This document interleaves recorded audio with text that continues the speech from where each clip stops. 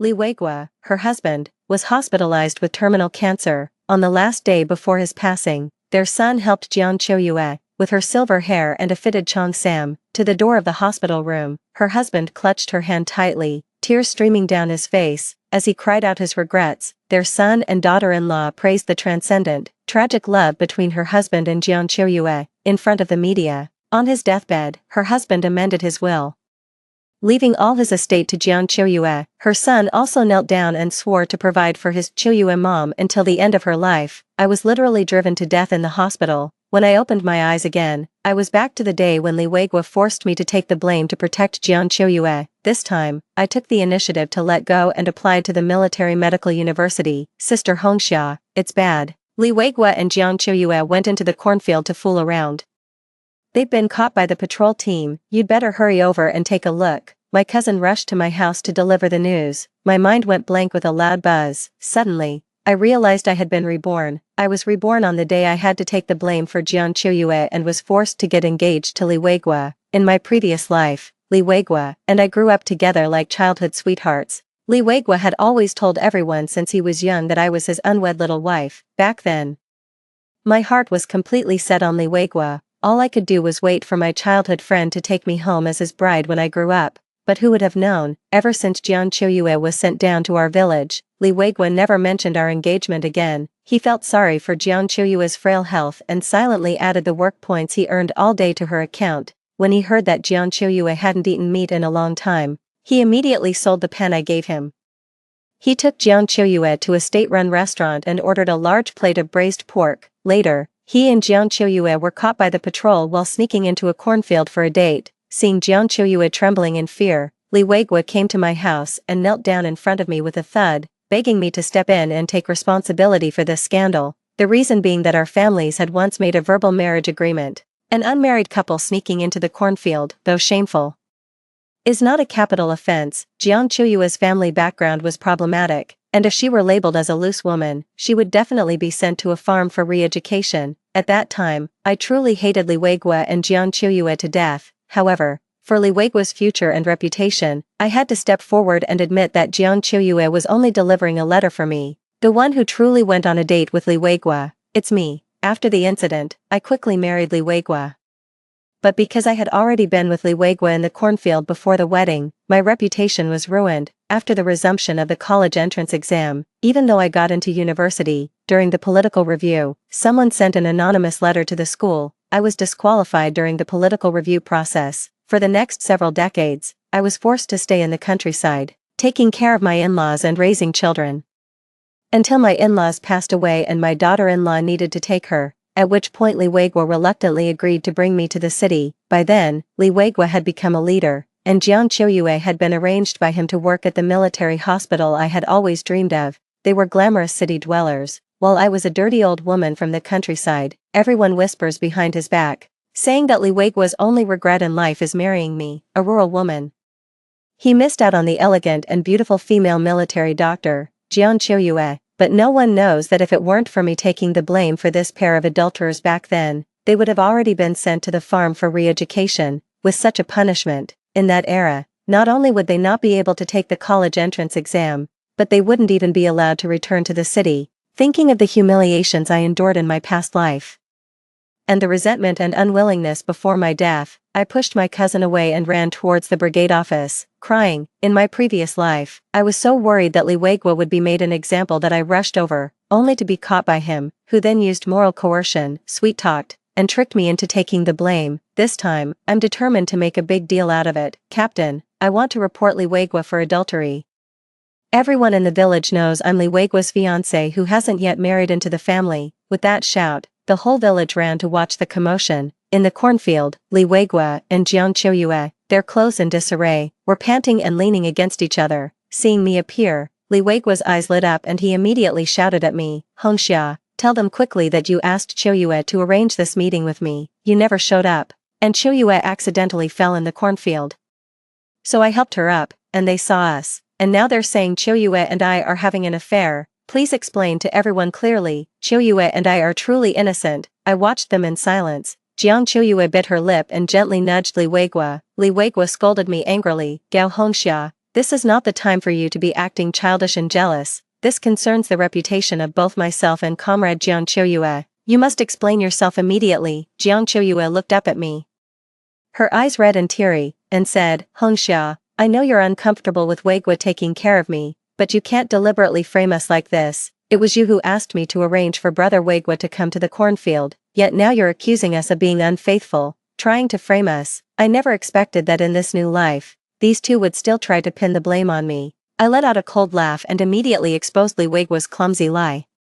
"You're saying I asked Jiang Choyue to arrange for you to come to the cornfield?" Li Weigua gritted his teeth. "Yes," I laughed. "You were caught afternoon, if I remember correctly, during lunch. I just told you that this afternoon, I was going to rehearse the model opera with Chuanxia and the others. Could there be another me in this world who, while I'm rehearsing the model opera, could come out and sneak into the cornfield with you?" The onlooking villagers burst into a loud laughter. Li Weigua's fair face turned bright red, his eyes wide with disbelief as he stared at me, his lips trembling as he accused me. "Hongxia, do you really want to ruin Choyue and me? You know that the military will be here for the political review in a few days. Now that things have turned out like this, what am I supposed to do about the review?" I walked up to him, raised my arm, and with a loud slap, I hit him hard across the face. "Li Weigua, you've already sneaked into the cornfield with the landlord's daughter. Do you really think you can join the army? Stop dreaming. If you like Jiang Choyue, you can break off our engagement and be with her openly. But what about you? You want to use my father's reputation as a war hero to join the army. Yet you can't bear to part with Jiang Choyue, the landlord's daughter." Li Weigua, with your character, you don't deserve to wear that green military uniform. Li Weigua was stunned by my slap. Jiang Choyue hugged him with a heartbroken expression, looking at me with eyes. "Sister Hongxia, brother Weigua is about to join the army. How could you slander him at such a crucial moment?" Li Weigua looked at her with deep gratitude. "Choyue, you're the one who understands the bigger picture." I let out a cold laugh, suddenly reaching out to grab Jiang Choyue's hair and yanking her violently in front of me. Jiang Choyue clutched her hair tightly, letting out a painful scream. "Gao Hongxia, what are you doing? Let go." With one hand, I held on to Jiang Choyue's hair tightly, while the other hand rose high, slapping her delicate face with a series of sharp smacks. "I was so focused on hitting him that I forgot about you. I let you frame me. I let you seduce my man. Oh, right, this unfaithful man. I find him disgusting. I don't want him anymore. Aren't you just into picking up trash and messing around? This man is yours." Li Weigua finally realized what was happening and rushed over to rescue Jiang Choyue. At this moment, Jiang Choyue's small face, about the size of a palm, has been slapped so hard by me that it's swollen like a steamed bun. Seeing his beloved Bai Yueguan beaten to such a state, Li Weigua's eyes were filled with such hatred that he looked like he wanted to devour me alive. He roared at me with a ferocious expression. "Gao Hongxia, you're nothing but an unreasonable shrew. I'm warning you, if you don't sincerely apologize to Choyue today, then our family's engagement is off." I laughed. "So, how do you want me to apologize?" Li Weigua paused for a moment, as if he thought he had me cornered with the marriage issue, and said triumphantly, "Because you were blindly jealous, you misunderstood me and Choyue, causing Choyue such great distress, and almost tarnished her reputation. Go to the brigade office right now, turn on the loudspeaker, and publicly apologize to Choyue in front of the whole village to restore her reputation." Jiang Choyue covered her face and tearfully said, "Sister Hongxia beat my face like this, and I'm afraid I won't be able to show myself in public for 10 or 15 days, but if I don't go to the fields to work, I won't get any work points, and I won't be able to exchange them for grain." Li Weigua gently touched Jiang Choyue's swollen face with pity and turned to instruct me. "For the next half-month, let Gao Hongxia do your work instead. She's the one who did this to you, so she should take responsibility. Also, since Choyue won't have any work points and can't get grain, Hongxia, go home and bring 20 jin of grain to compensate Choyue." Jiang Choyue looked at him with deep gratitude. "Weigua, you're such a good person." Watching this shameless couple flirting right in front of me, I thought of the miserable life I had been deceived into in my previous life. With a cold laugh, I grabbed a broom and swung it at them without mercy, accusing me of wronging her, bullying her. "Fine, let me show you what real bullying looks like. A broom made of bamboo fibers hurts like hell. A sweep leaves behind bloody marks." Jiang Choyue screamed in pain as I beat her. Li Weigua shielded her, his face crisscrossed with bamboo slashes, looking like it had been clawed by a cat, blood oozing from the wounds. While holding Jiang Choyue and backing away, he shouted at me, "Gao Hongxia, stop. If you don't stop, I'm going to your house to cancel the engagement right now." I laughed. "Fine, cancel it. cancel it today, whoever doesn't cancel it is a son of a bitch." After speaking, I turned to the villagers watching and said, "Dear uncles, aunts, today I, Gao Hongxia, declare here that my engagement to Li Weigua is officially dissolved. From today onwards, we will go our separate ways in marriage. Any matters concerning Li Weigua have nothing to do with the Gao family. What's the big deal about breaking off an engagement? The real purpose of making a big deal out of this is to ensure that Li Weigua can no longer use my father's name to deceive people everywhere." In his previous life, after joining the army, Li Weigua was able to rise so quickly in the military and receive so much care from leaders not because of his personal abilities, but because he spread the word everywhere that he was the son-in-law of the war hero Gao Jinsong. My father was injured on the battlefield, blinded in one eye by a shell, and was forced to retire from the military. However, my father still has many old comrades in arms in the military who have always kept him in their thoughts. In his previous life, Li Weigua rose to prominence in the military by leveraging these connections, even using my father's old to get Jiang Qiuyue into the military hospital. Everyone thought that by supporting Li Weigua, they could help my father and me live a good life. Little did they know, the one truly benefiting from Li Weigua was Jiang Qiuyue, the imposter who had taken over. This time, I want Li Weigua to see for himself whether he can escape this small village without my father's connections. When I mentioned breaking off the engagement, Jiang Qiuyue was secretly pleased, but Li Weigua's face instantly darkened. "Gao Hongxia, are you ever going to stop? I've already said that my concern for Jiang Qiuyue is purely out of comradeship. If you're still worried, we can go to the commune and get our marriage certificate as soon as my military enlistment is finalized." I raised my hand to interrupt his self-importance. "Absolutely not. You and Jiang Qiuyue have already been sneaking around in the cornfields. If I marry you, wouldn't that be like putting a green hat on myself?" The crowd burst into laughter. Li Weigua glared at me fiercely. "Gao Hongxia, think carefully. I'm about to join the army, and if you marry me, you can follow me and live with the troops. Maybe you'll even become a city dweller and eat commodity grain. If you break off the engagement with me now, you'll end up marrying a farmer and spending your whole life tilling the fields in the village." I smiled and immediately went to report to the brigade leader. "Brigade leader, Comrade Li Weigua looks down on us proletarians who work the land. With such ideological awareness, can the army even accept him?" Li Weigua's face turned pale, and he nervously looked at the captain. He thought the captain had always appreciated him and would definitely protect him this time. But he forgot that the captain had been taking care of him because he was my father's prospective son-in-law. Sure enough, upon hearing that I was going to break off the engagement with Li Weigua, the captain's face darkened as he said to him, "Li Weigua, you clearly have an engagement with Gao Hongxia, yet you sneak into the cornfields with another female comrade, showing a serious moral degradation that has caused a very bad influence on our brigade. Starting tomorrow, you and Jiang Qiuyue will go to the farm to carry manure and reflect on your actions." Upon hearing the brigade leader's words, Li Weigua and Jiang Qiuyue's faces turned pale instantly. I smiled and turned to leave. At this time in my previous life, I was blamed for Jiang Qiuyue's mistake, pointed at by the villagers, and spent my days hiding at home, crying all the time. Unexpectedly, at this moment, the health center was training a batch of barefoot doctors to improve the medical standards in the village. The village chief had originally planned to recommend me, but because of this incident, I was reported and disqualified, and in the end, Jiang Qiuyue took my place and became a barefoot doctor. Later,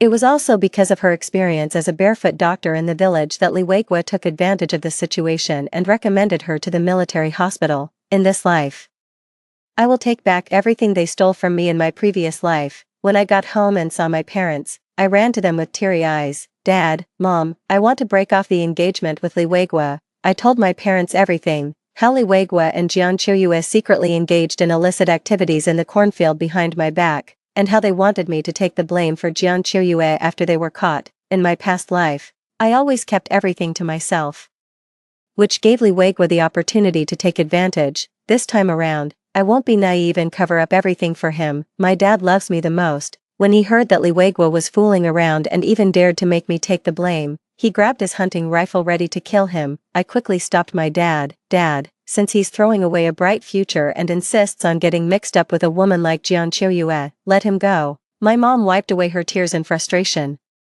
"What are you going to do then? Everyone in the village knows you were in a relationship with Li Weigua. If you call off the engagement, where are you going to find another partner in such a short time?" My dad retorted angrily. "Then don't find one. My daughter, Gao Juansong's girl, can live her whole life without getting married. and I can take care of her. I quickly shared my plan with my parents. Dad, Mom, I heard the health center is training a group of barefoot doctors. I want to sign up.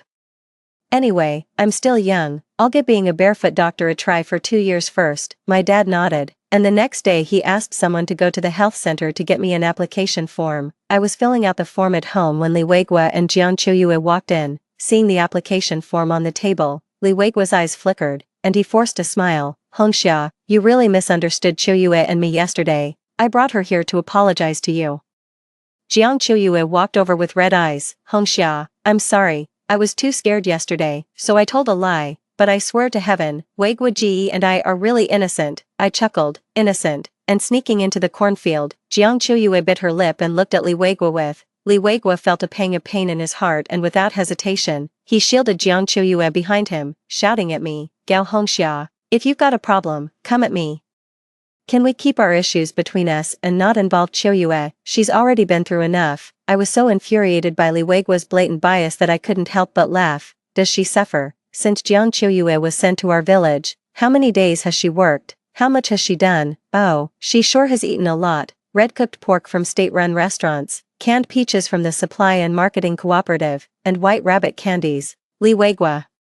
When you sold the things I gave you and used the money to take her out to eat, did you ever think about who your fiancé really is? Li Weiguo's eyes flickered with a hint of guilt, but then he spoke with righteous indignation. How can you compare yourself to Choyue? She never endured such hardships growing up, while you grew up in a village. Just because I grew up in the countryside, does that mean I deserve to suffer? Li Weiguo, do you dare to say these words to the leaders of the army?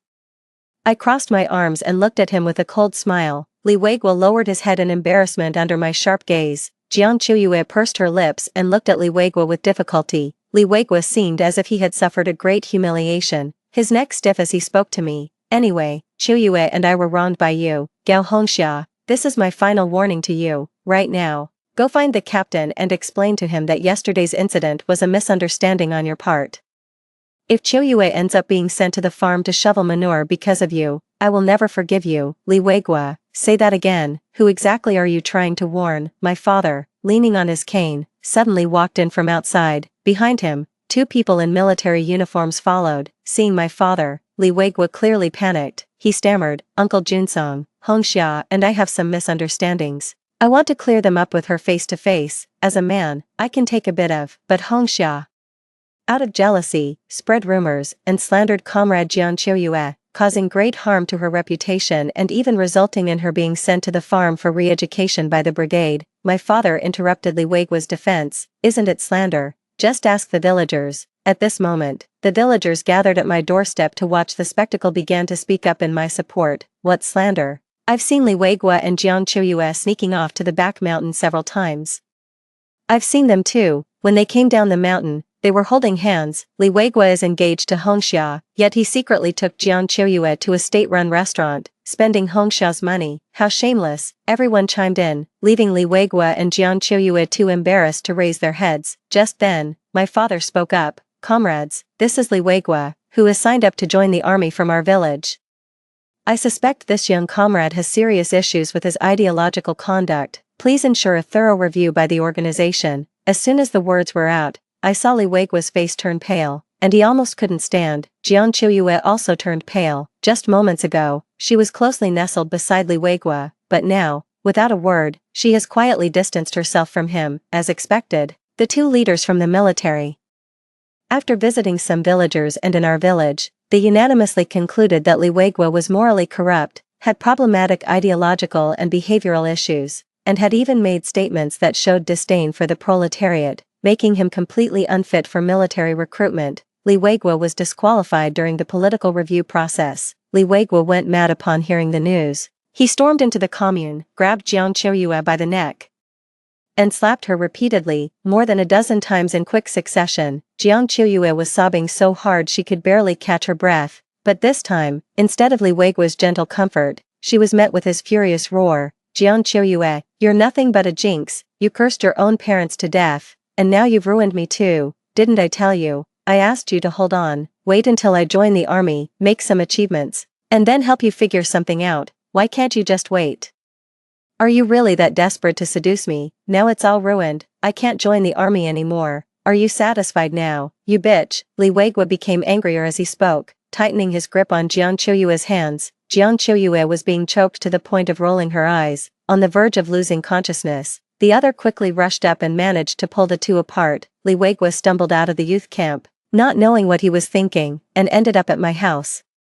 Seeing me come out with my luggage, Li Weigua plopped down on his knees in front of me, raising his hand and slapping himself repeatedly. Hongxia, I was wrong. I shouldn't have been tempted and let that bitch Jiang Qiuyue scheme against me. She just saw that I was about to join the army and didn't want to stay in the countryside to suffer, so she wanted to follow me to the military base. I've finally seen her true colors. Hongxia, let's make up, shall we? Just give me a nod.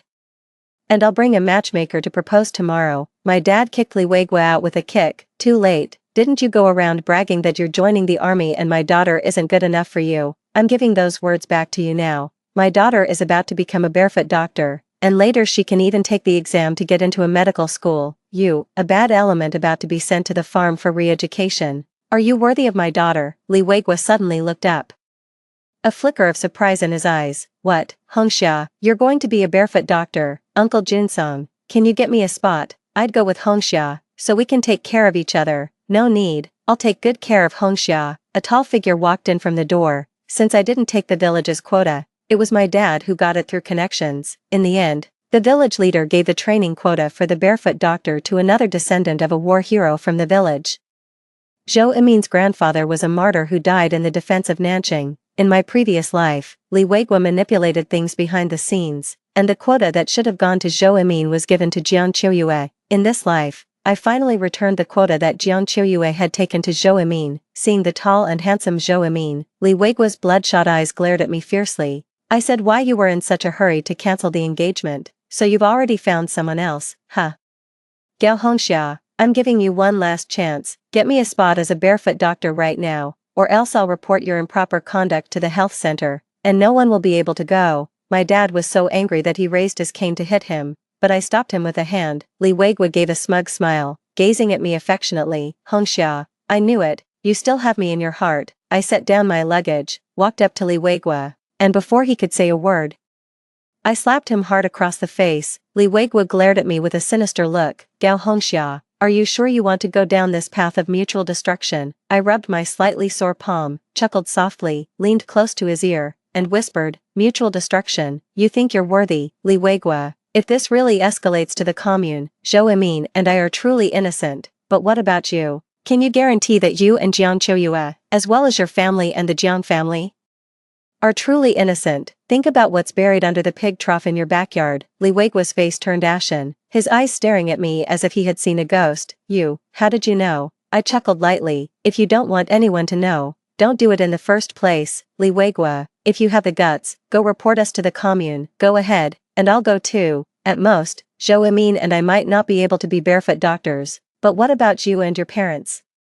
You helped Jiang Qiuyue by hiding her letters with her foreign relatives. And your parents, they helped the Jiang family hide quite a few treasures, didn't they? With a thud, Li Weigua fell to the ground, his legs unable to hold him up. I said goodbye to my parents and left with Zhou Emin without paying any more attention to him. In my previous life, I accidentally came across a few letters between Li Weigua and Jiang Qiuyue while cleaning his study on behalf of Li Weigua.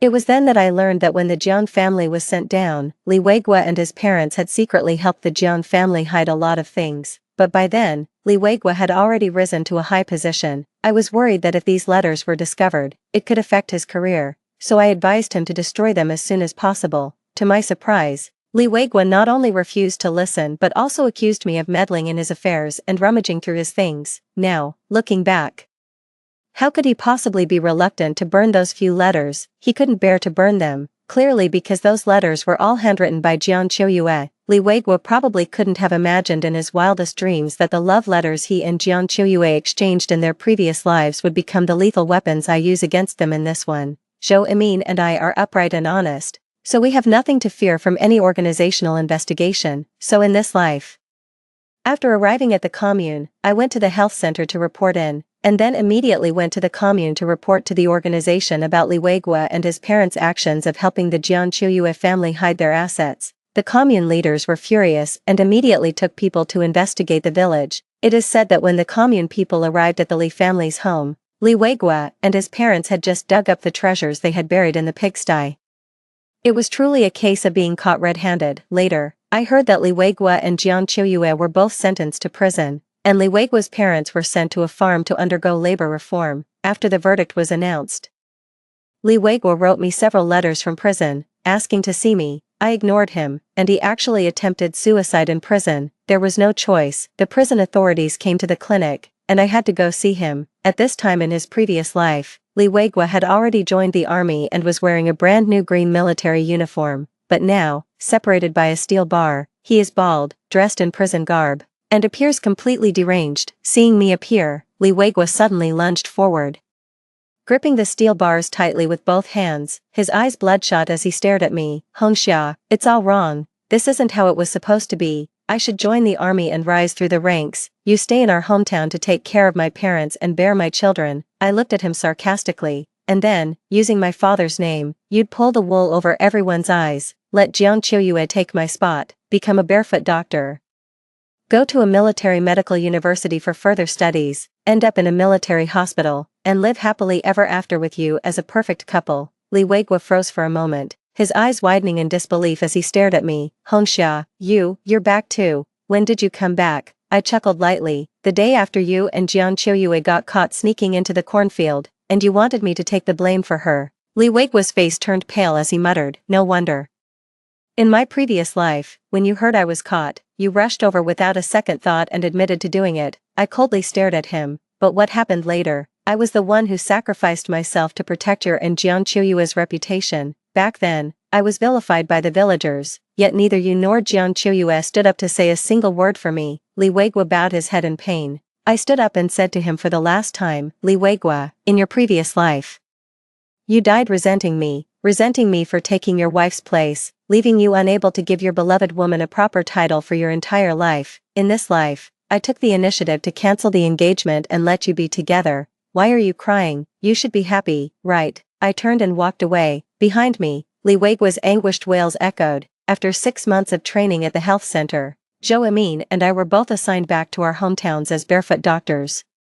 2 years later, due to our outstanding performance, Zhou Emin and I, as the first batch of barefoot doctors recommended, were admitted to the medical school. After graduating from the nursing school, we were both assigned to the county hospital. Over the years, we got to know each other better. In our first year of work, Zhou Emin came to propose with a matchmaker. These years, since I hadn't married, there were many rumors in the village, saying I dragged on and ended up as an unwanted old maid. To my surprise, this old maid eventually became a doctor at the county hospital, and even my partner is a doctor there. After marrying Zhou Emin, neither of us gave up on learning. A few more years passed, and the country announced the resumption of the college entrance exam. By then, I had already given birth to my eldest son, but Zhou Emin said that the opportunity was rare, unlike Li Weigua in my previous life, who left me behind in the countryside. He hired a nanny to help with picking up and taking care of our son, freeing up my time to review and prepare for the exams. With a solid foundation and unwavering dedication to learning,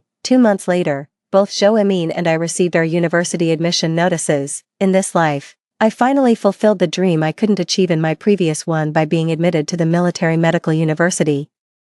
Zhou Emin and I decided to take our son to college with us. Before leaving, we took our child to visit my parents' home. Only upon returning did they discover that Li Weigua and Jiang Qiuyue had already been released from prison. However, the couple's life after release was far from smooth. Jiang Qiuyue had always been pampered, and due to her and the Jiang family, Li Weigua not only lost his future but also spent several years in prison. Li's parents detested Jiang Qiuyue.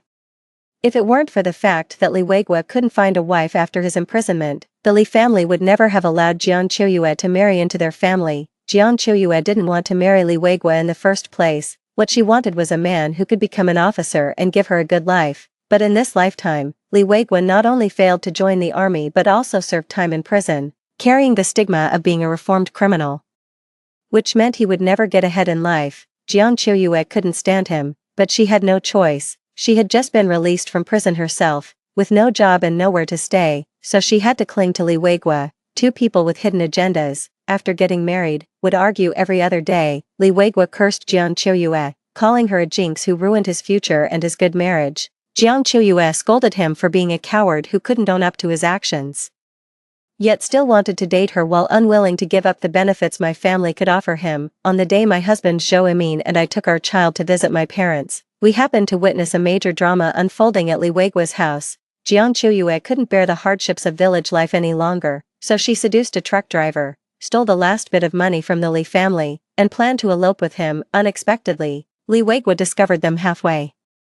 He followed them all the way to the village entrance, saw Jiang Chuyue and the truck driver embracing, and swung his axe at them. Jiang Chuyue's neck was nearly severed by the axe, and blood sprayed all over the ground. The truck driver had his arm chopped off by Li Weiguo. The villagers knew that both Zhou Emin and I were doctors. After subduing Li Weiguo, they quickly called for us to come and save the injured. When Zhou Emin and I arrived, Jiang Chuyue had already passed away. The truck driver had lost too much blood. Although his life was saved after being rushed to the hospital, he lost an arm and would never be able to drive a truck again. Li Weiguo was quickly sentenced to death for murder. Before his death, Li Weiguo's parents came to my house, hoping to see me one last time, but by then, Zhou Emin and I had already reported to the military medical university. In this life, I have a soulmate, and a pair of filial and sensible children. After no longer meddling in others' fates, I finally found my own happiness. Story 2. On the day of our 30th wedding anniversary, I was diagnosed with terminal stomach cancer. My husband, the high-ranking official, handed me a divorce agreement. Suwan, let's get a divorce, I'll leave with nothing, and all the money at home will be yours to treat your illness. Why? I asked him in a hoarse voice. The husband replied indifferently. You can't die as my wife, otherwise, Wanwan would have to be my second wife. Wanwan is proud and wouldn't stand for such humiliation. I spat out a mouthful of black blood and closed my eyes, unwilling to accept this fate. When I opened my eyes again, I was back on my wedding night. Yu Zhou, who was 23, told me, Shen Sujuan, I can marry you, but I won't touch you. I promised Wanwan that I would remain celibate for her entire life. I nodded. Then let's get a divorce. 1.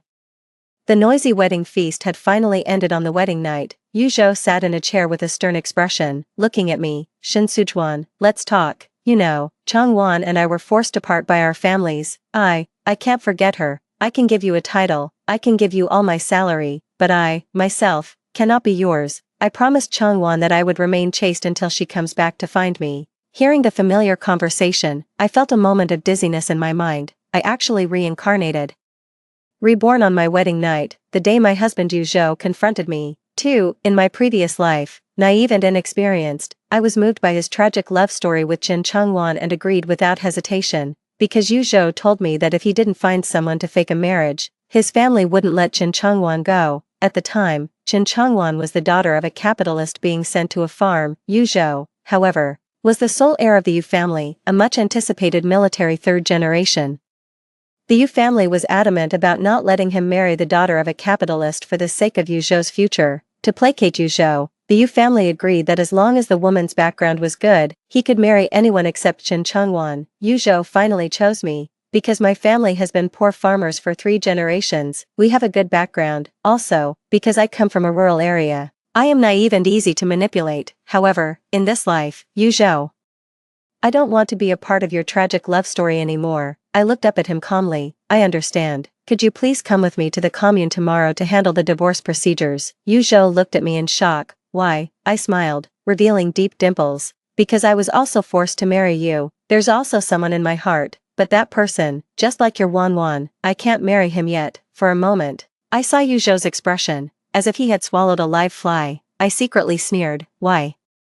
Is it only allowed for you to have a white moonlight in your heart? Can't I have a cinnabar mole in my heart? 3. When I mentioned that there's someone in my heart, Yu Zhou pulled a corner of his mouth, revealing an awkward smile. I see, that's fine then, this way, we're even, but let's not get a divorce. After all, you can't marry him right now anyway. I shook my head firmly. No, he has a strong sense of pride. I don't want people to say he's the third party in our marriage.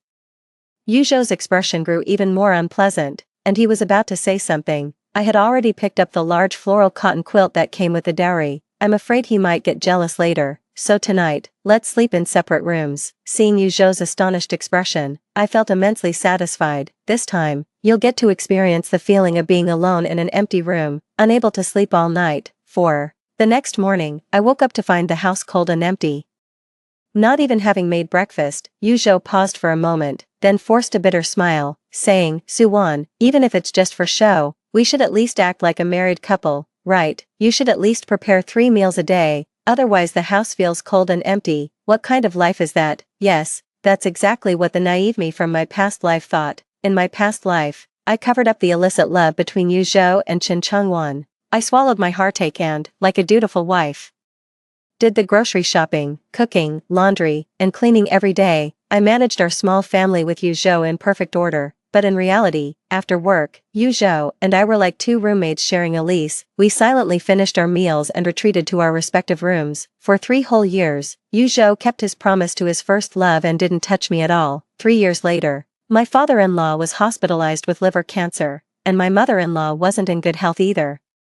Pressured by public opinion, I, as the daughter-in-law, had to sell my job and return home to take care of them. Little did I know, this caregiving lasted for 12 years. My father-in-law, suffering from liver cancer, passed away after 3 years, and soon after, my mother-in-law was diagnosed with a tumor. Those years, I accompanied my in-laws, taking care of their every need in the hospital, losing over 30 pounds in the process, so weak that a gust of wind could blow me away.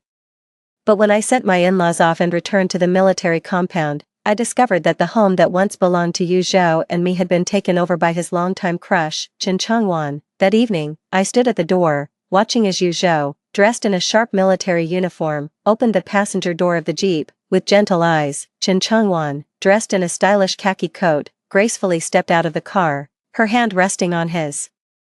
Yu Zhou was momentarily flustered when he saw me standing at the door. Suwan, why are you back? I forced a strained smile. This is my home, why can't I come back? Everyone in the courtyard turned to look, and Chen Chengwan, both ashamed and angry, yanked her hand away from Yu Zhou's, covered her face, and ran out crying. Yu Zhou glared at me with fury. Shen Sujuan, don't think that just because you've taken care of my parents all these years and seen them off in their old age, I'll be grateful to you and fall in love with you. On our wedding day, I told you that the person I love is Chen Chengwan, and we're just a fake couple in name only. 5. That night, Yu Zhou and Chen Chengwan didn't come back. In fact, if he had just waited 1 more minute, he would have known that I wasn't coming back to be his wife. I just wanted to take my things. I also wanted to tell him that now that his parents are gone, there's no one left in the world to stand in the way of him and Chen Chengwan. I wanted to part ways amicably with him and take this opportunity to get the divorce certificate. Let him and Chen Chengwan, this unfortunate couple,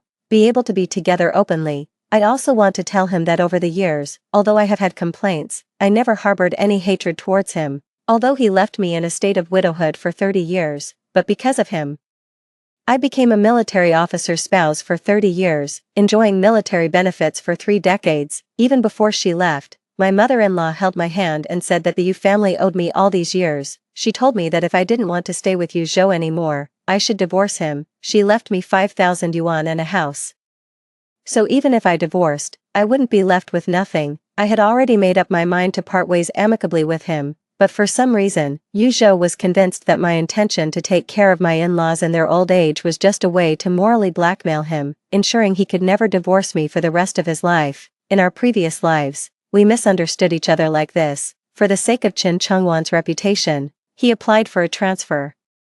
Taking his beloved white moonlight to the far frontier, I stayed in my hometown, enduring endless gossip, and eventually developed stomach cancer. Even on my deathbed, I was forced to divorce. 6. My thoughts returned, and I picked up my household registration book along with the marriage certificate I had just received the day before yesterday. I urged Yu Zhou again to go with me to get the divorce certificate. To my surprise, Yu Zhou, who had repeatedly told me not to be infatuated with him, was dragging his feet and refusing to go. I patiently explained, don't worry, we'll just quietly get a divorce certificate. During holidays or when your parents visit, I'll still keep my promise and act as your fake spouse. Yu Zhou impatiently interrupted me. No way, do you think a military marriage can be dissolved so easily? If we divorce, we have to report it to the army. Once the report is submitted, my parents will definitely find out. Shen Sujuan, are you deliberately trying to harm Wanwan? I was momentarily speechless. I really hadn't expected that getting a divorce would also require reporting to the army. Yu Zhou's stern face softened into a faint smile as he saw my speechless expression.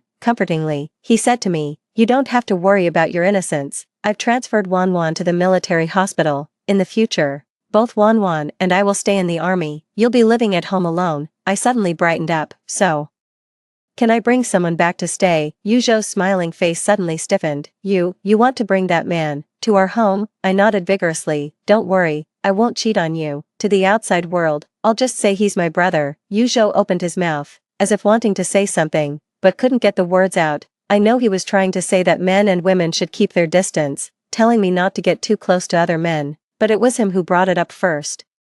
Mentioning how he was staying in the barracks with his white moonlight, Chen Changwan. Now he's forbidding me from bringing anyone back. Isn't that just contradicting himself? Seeing him fuming with frustration, I held back my laughter and deliberately said to him, if you think bringing someone to the military compound would cause gossip, how about you give me some money so I can rent a place outside for him to stay? Yu Zhou was stunned for a moment, then exploded like a cat whose tail had been stepped on. Shen Sujuan, you actually want to use my money to support some random man outside? 7. Watching Yu Zhou's frantic expression, I patiently explained again, Li Zhanfeng is not some random man, he is the man of my heart. If it weren't for their family's poor background, and my parents' adamant refusal, I wouldn't have had to fake a marriage with you. The same words, when directed at Chen Changwan, made Yu Zhou think I was considerate and sensible.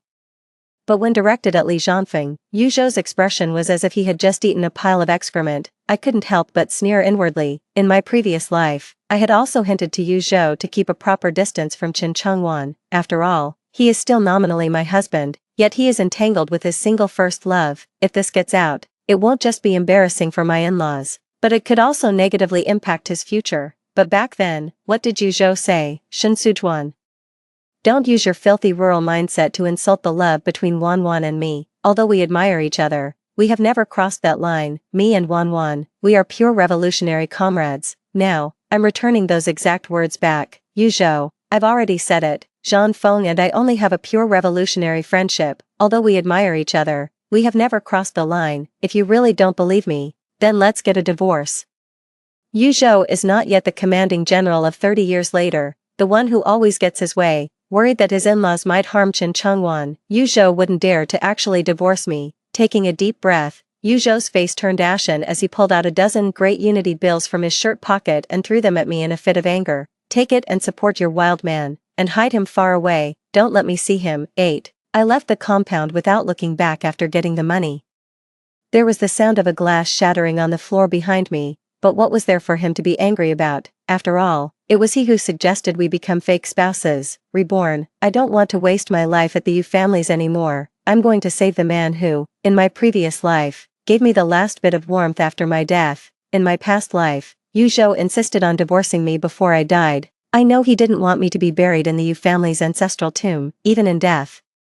He wanted to keep that spot by his side for the woman he loved. After I died, my husband's family wouldn't let me in, and my birth family wouldn't take me back. I almost became a lonely ghost buried in a mass grave. It was Li Zhanfeng, the man to whom I had once given a few wild vegetable buns, in the name of husband and wife. He spent money to buy me a grave plot, thinking of my past life, when that man personally engraved wife of Li Zhanfeng on the tombstone.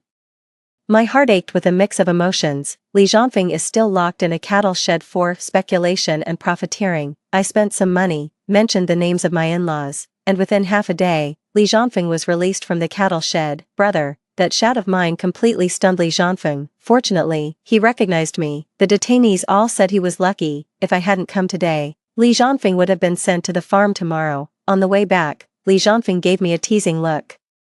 How come I didn't know I suddenly had a sister? I blushed and for a moment didn't know how to explain. After all, at this point, Li Zhanfeng and I weren't even close acquaintances, let alone someone who would buy me a grave. Seeing my flushed face and my silence, Li Zhanfeng thought he had gone too far with his joke and quickly apologized to me. Comrade Shen Sujuan, your great kindness is beyond words. From now on, you're like a real sister to me. If anyone dares to bully you, just call out, and I will go through fire and water without hesitation. I looked up. Really, could you pretend to be my partner? 9. I rented a small courtyard for Li Zhanfeng, 3 streets away from the military dependence compound. In my previous life, at this time, I naively kept my promise, doing laundry and cooking for Yu Zhou every day, pretending to be a loving newlywed couple with him in the family compound. In this life, I don't want to cover up the peace for Yu Zhou and Chen Changwan anymore. Yu Zhou took the meat, eggs, and milk issued by the army and eagerly delivered them to Chen Changwan to nourish her body. I took the rice, flour, and oil issued by the unit and personally made a pot of Li Zhanfeng's favorite braised noodles. Yu Zhou took his salary and ration coupons and took Chen Chengwan to the supply and marketing cooperative, watched movies, and dined out. I took my salary and ration coupons and brought Li Zhanfeng to the scrapyard. Li Zhanfeng's family used to run a pawn shop, and he had a sharp eye, always able to find valuable treasures among a pile of junk. At first, Yu Zhou was very happy because I never asked where he went or who he was with. After marrying me, he could still be by Chen Chengwan's side, just as he used to be, but not long after. He came to talk to me on his own initiative. Suwan, we can't go on like this anymore. Haven't you noticed that our home is becoming less and less like a home? I remained silent. Yu Zhou will never know that in my previous life, I truly considered this place my home. Yu Zhou talks a good game, saying he'll give me his salary and his love to his white moonlight, but in reality, he only gave me his salary the first month, and I never saw a single cent of it after that. His salary and coupons all turned into Chen Chengwan's movie tickets, snow cream, dresses, and various fresh candies and pastries. Only I, like a fool, saved every penny of my salary, adding new furniture, bedding, curtains, and dishes to this home, transforming the once cold dormitory into a warm little haven. I also saved all the meat, sugar, and egg coupons issued by the unit. When Yu Zhou comes back on vacation, I'll buy meat and eggs to make him all sorts of delicious meals. Yu Zhou tells me not to daydream, yet at the same time, he comfortably enjoys the contributions I make to this family. Unfortunately, that naive Shen Sujuan from my previous life is already gone. This time around, I no longer care if the house has a warm, lively atmosphere, nor do I care if Yu Zhou comes back on vacation and ends up cold or hungry. I moved everything the company gave me to Li Zhanfeng's place. I eat there every day and only come back afterward. Yu Zhou always thought that at least when I came home on vacation, I would have a hot meal waiting, but to his surprise, what greeted him was the cold lock on the door. The house felt cold and empty, as if it hadn't been lived in for a long time. The thermos was empty, and the coal stove by the door seemed to have been unused for a long time. He thought I had left the compound and hurried to ask the neighbor next door. To his surprise, the neighbor said, "Your wife, she went to her brother's place. She said you weren't home, and she couldn't finish cooking by herself, so now she's cooking at her brother's place and comes back after dinner." Yu Zhou was simmering with anger, sitting in the house, waiting until 8 p.m. to see me sitting on the back of a bicycle. Li Zhanfeng rode the bicycle and sent me back. 10. After that day, Yu Zhou seemed like a completely different person. He no longer used work as an excuse to spend all day at the military base with his white moonlight.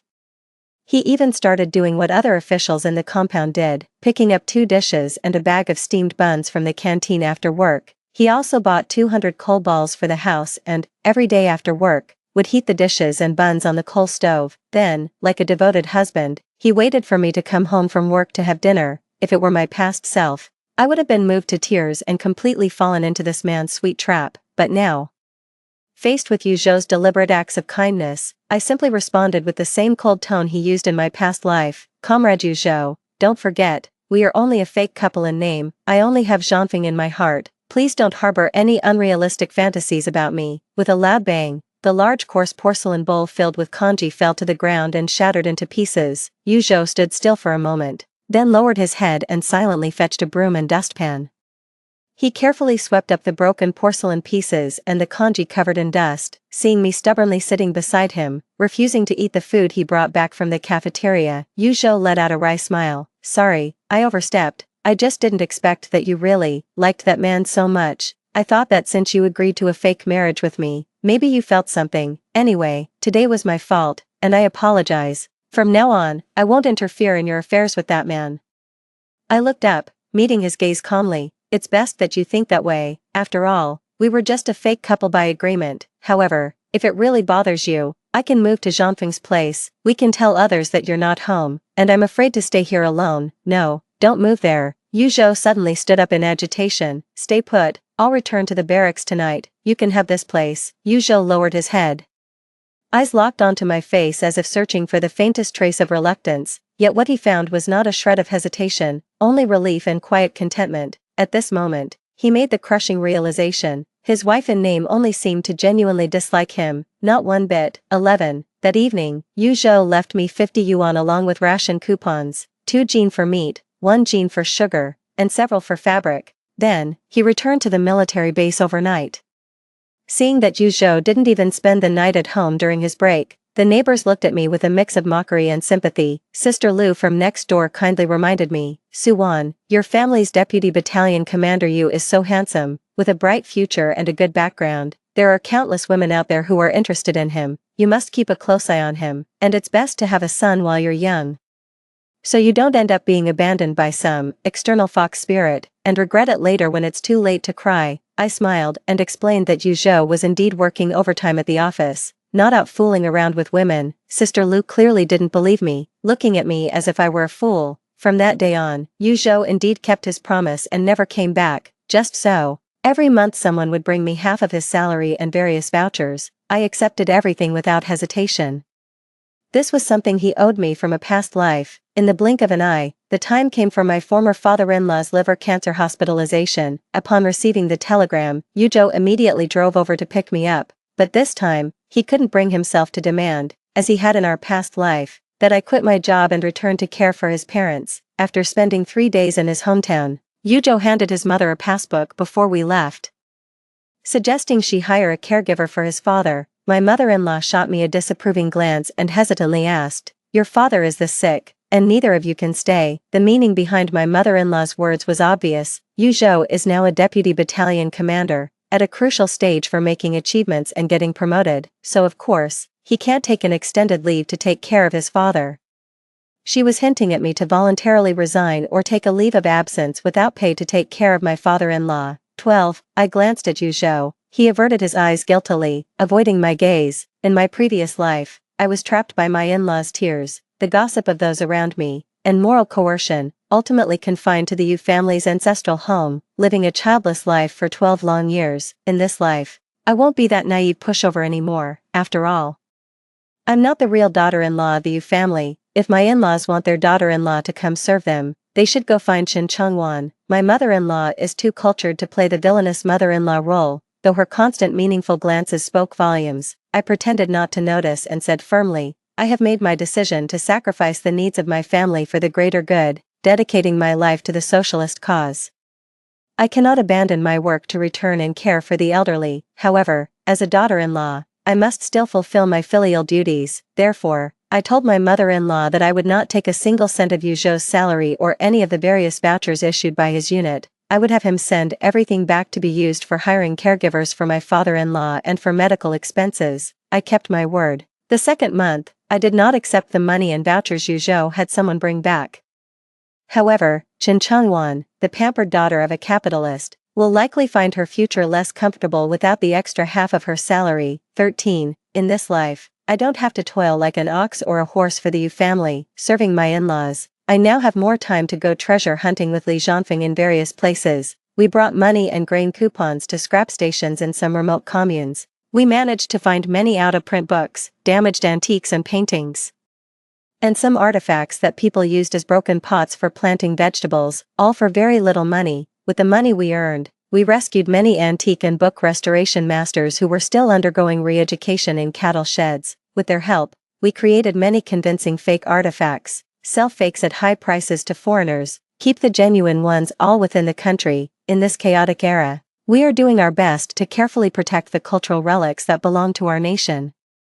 We strive to reduce the regrets of cultural relics unable to return home for future generations in China. When things get busy, I just stay at Li Zhanfeng's place. It wasn't until I hadn't gone home for several days that Yu Zhou suddenly came looking for me. 14. I saw Yu Zhou and Li Zhanfeng leaning closely together, carefully studying a damaged rare book. Yu Zhou walked in with a dark expression, glaring at me angrily. "Shen Sujuan, is this what you meant when you said you were completely innocent with him, that you never crossed the line? I just came from the family compound, and they said you haven't been home for days. You wouldn't have, with him, would you?" I impatiently interrupted his speculation. "Comrade Yu Zhou, no matter what relationship I have with Comrade Li Zhanfeng, it seems none of your business, right? Don't forget, we're just a fake couple in name only." Yu Zhou gritted his teeth and whispered furiously, "A fake couple is still a couple. The way you're acting, staying out all night with a man, how do you think that makes me look?" I stood up, unflinchingly meeting his gaze. "Only now you realize that a man and woman staying out all night alone would raise eyebrows. When you abandoned your newlywed wife to moon around with your Wan, catching movies, shopping downtown, boating in the park, did it ever cross your mind how people would judge me?" Yu Zhou You're awfully concerned about me cheating on you. Could it be, you've actually fallen for me? 15. My words hit Yu Zhou like a sledgehammer to the face. In an instant, his expression turned ashen. He wanted to say he was deeply in love with Chen Chengwan, that he could never possibly shift his affections to another woman. But Shen Sujuan was his lawfully wedded wife. Isn't it natural for a husband to fall for his wife? Or perhaps, it wasn't love for Shen Sujuan, but rather, because she was his legally wedded wife, he found himself unconsciously developing a strange sense of possessiveness toward her. Right, no matter what, Shen Sujuan is his legally married wife, and military marriages are protected by law. Taking a deep breath, Yu Zhou forced a smile and said to me, Suwan, I was wrong about the past. I didn't consider your feelings and reputation. Come back with me first. I promise to try and spend less time alone with Wan Wan in the future. I will also give you the respect you deserve. Let's continue living together as we used to, shall we? 16. Watching Yu Zhou with pleading eyes, I suddenly had an almost absurd thought. Could he really be falling for me instead? At that moment, Li Zhanfeng spoke up. Comrade Yu Zhou, I'm afraid that won't do. As you know, Suwan and I love each other. Privately, I don't want to see Suwan living with another man. As a man, I think you can understand how I feel, right? Yu Zhou suddenly clenched his fists. Glaring sharply at Li Zhanfeng, with a cold tone, he said, Comrade Li Zhanfeng, no matter what your relationship with Suwan was in the past, please remember that as long as Suwan and I haven't officially filed for divorce, she, Shen Suwan, is my lawful wife. Yu Zhou, Li Zhanfeng chuckled lightly, then I'll wait for the day you divorce Sujuan. Yu Zhou stormed out, slamming the door behind him. The next day, an urgent telegram arrived from the hometown. The father-in-law had passed away in the hospital after failing to be resuscitated. Yu Zhou drove over to pick me up to go back for the funeral. Throughout the journey, I was in a daze. To my surprise, without my meticulous care, my father-in-law's advanced liver cancer didn't even last half a year before he was gone. At the funeral, seeing my mother-in-law faint from crying, I sighed and pulled Yu Zhou aside. I think my mother-in-law isn't in good health. If you have time, you should take her to the hospital for a thorough checkup. Although my mother-in-law has always had a calculating streak towards me in both lifetimes, but at least before she passed away in her previous life, she left me 5,000 yuan and a house in the provincial capital. For that reason, in this life, I hope her tumor can be discovered early, and there might still be a chance of a cure, but I never expected that at my father-in-law's funeral. My mother-in-law would slap me in front of both families' relatives. I was completely stunned. 17. At my father-in-law's grave, my mother-in-law glared at me with bloodshot eyes, as if I were the one who had killed him. Shen Sujuan, you are not fit to be our Yu family's daughter-in-law. Your father-in-law is hospitalized with cancer, and you, as his daughter-in-law, can still go back to work as if nothing happened. How could our Yu family have married such an unfilial daughter-in-law like you? If it weren't for you, how could Yu Zhou's father have left us so soon? Hearing my mother-in-law's unreasonable accusations and curses, I couldn't help but laugh in anger. As you said, I am just the daughter-in-law of the Yu family, and Yu Zhou is the biological son of his father. He doesn't come back to take care of his father, so why should I, as his daughter-in-law, take care of his dad? The mother-in-law sharply scolded, just because you're Yu Zhou's wife, and Yu Zhou is doing important work in the army, as a military spouse, you should take care of his parents and hold down the fort at home. I really didn't want to argue with my mother-in-law, so I turned to look at Yu Zhou. There's no point in hiding it anymore. Do you want to tell your mom yourself, or should I? Yu Zhou looked up blankly, realizing the implication in my words. His eyes instantly filled with fear. Suwan, please, don't say anything, okay? His mother pulled him aside, glaring at me. Speak, let her speak. I want to hear what reason she has for not being filial to her in-laws. Yu Zhou, held back by his mother, could only desperately plead with his eyes. Suwan, don't say it, please. Yu Zhou, it's too late. Every time you chose to make me take the blame and suffer, you and I were already even. I looked at my mother-in-law and, in Yu Zhou's terrified and desperate gaze, I told her everything, about our fake marriage and how I covered up Yu Zhou's secret meetings with Chen Chengwan as his wife. You, all of you. My mother-in-law widened her eyes, gasping for breath. Thudding down, she fainted in front of her father-in-law's tombstone. 18. After the funeral for my father-in-law, I insisted on buying the earliest train ticket and left the city, despite Yu Zhou's pleas for me to stay. As I was leaving, Yu Zhou asked me with a wry smile, "Can't you stay until after the 7th day?" I shook my head. Sorry, after all, this is just a fake marriage. I'm standing in for your father's mourning, but it's not proper, I think, at a time like this. You should have the person you truly want to marry come over. But how could Chen Changwan come over at a time like this? In her previous life, she didn't want to bear the wrath of her in-laws, nor did she want to take on the responsibility of caring for them, so she had Yuzhou keep me by my in-laws' side under the guise of being a married couple. Only after my in-laws passed away, and these burdens were gone, did Chen Changwan reveal her true colors, having Yuzhou force me to divorce her so she could take my place, this lifetime. With my father-in-law passing away so early and my mother-in-law still harboring resentment, Chen Changwan dared not come near to provoke any bad luck.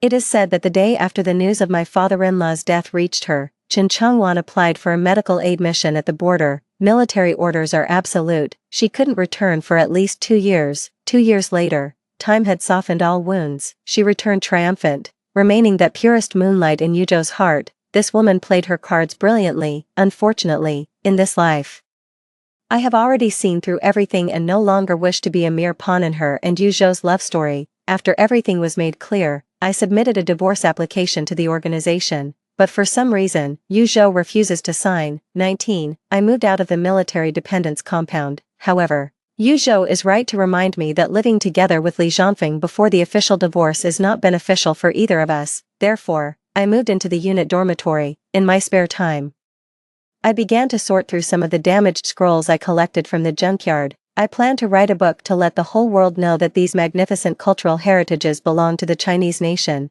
Decades later, if any shameless country tries to claim these cultures as their own by rushing to apply for heritage status, this book will be the irrefutable evidence that slaps them in the face. I didn't expect that while I was writing in seclusion. A huge uproar had already erupted in the family compound. 20. After learning that Yuzhou and I were in a fake marriage, my mother-in-law found out where Chen Changwan was providing aid. She actually used her father-in-law's connections to rush to the front lines and bring Chen Changwan back. In the family compound, Chen Changwan trembled and hid behind Yuzhou. Her delicate, petite face was covered with bright red handprints. The mother-in-law glared at Yuzhou, her voice cold.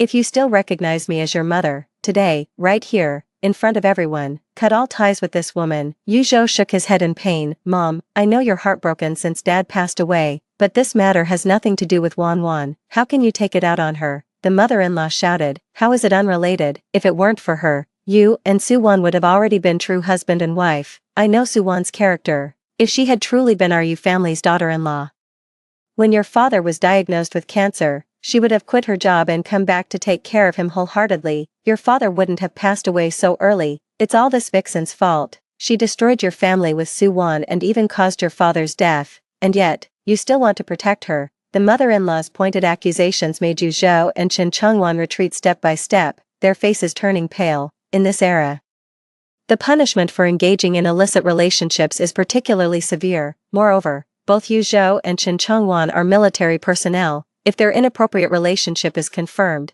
not only will they not be promoted, but they might also be immediately discharged from the military. Yuzhou begged her mother-in-law to stop talking. Chen Changwan was also scared and tearfully promised to keep her distance from Yuzhou in the future and never disrupt their marital relationship again.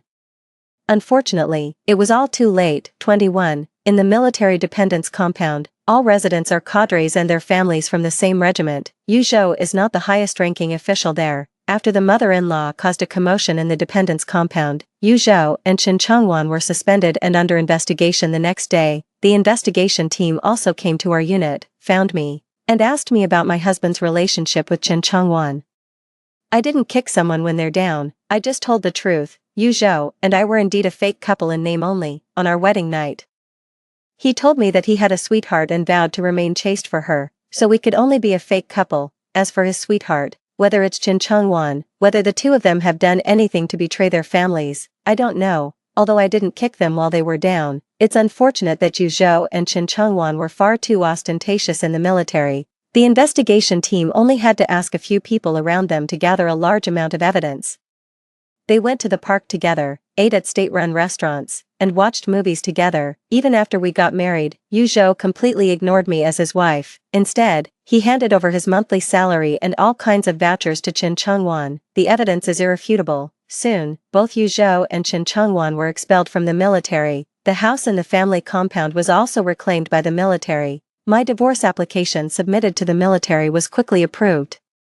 On the day of the divorce, Yu Zhou looked disheveled with a scruffy beard, wearing a wrinkled military green shirt, and gazed at me with a look of regret. Su-wan, is there any chance for us to start over in the future? I smiled. There was never a beginning between us, so how can there be a future? 22. I saw Yu Zhou again, 5 years later, after my new book was published. It was a great success, and I received an invitation from the Literary Federation in my hometown to return for a symposium.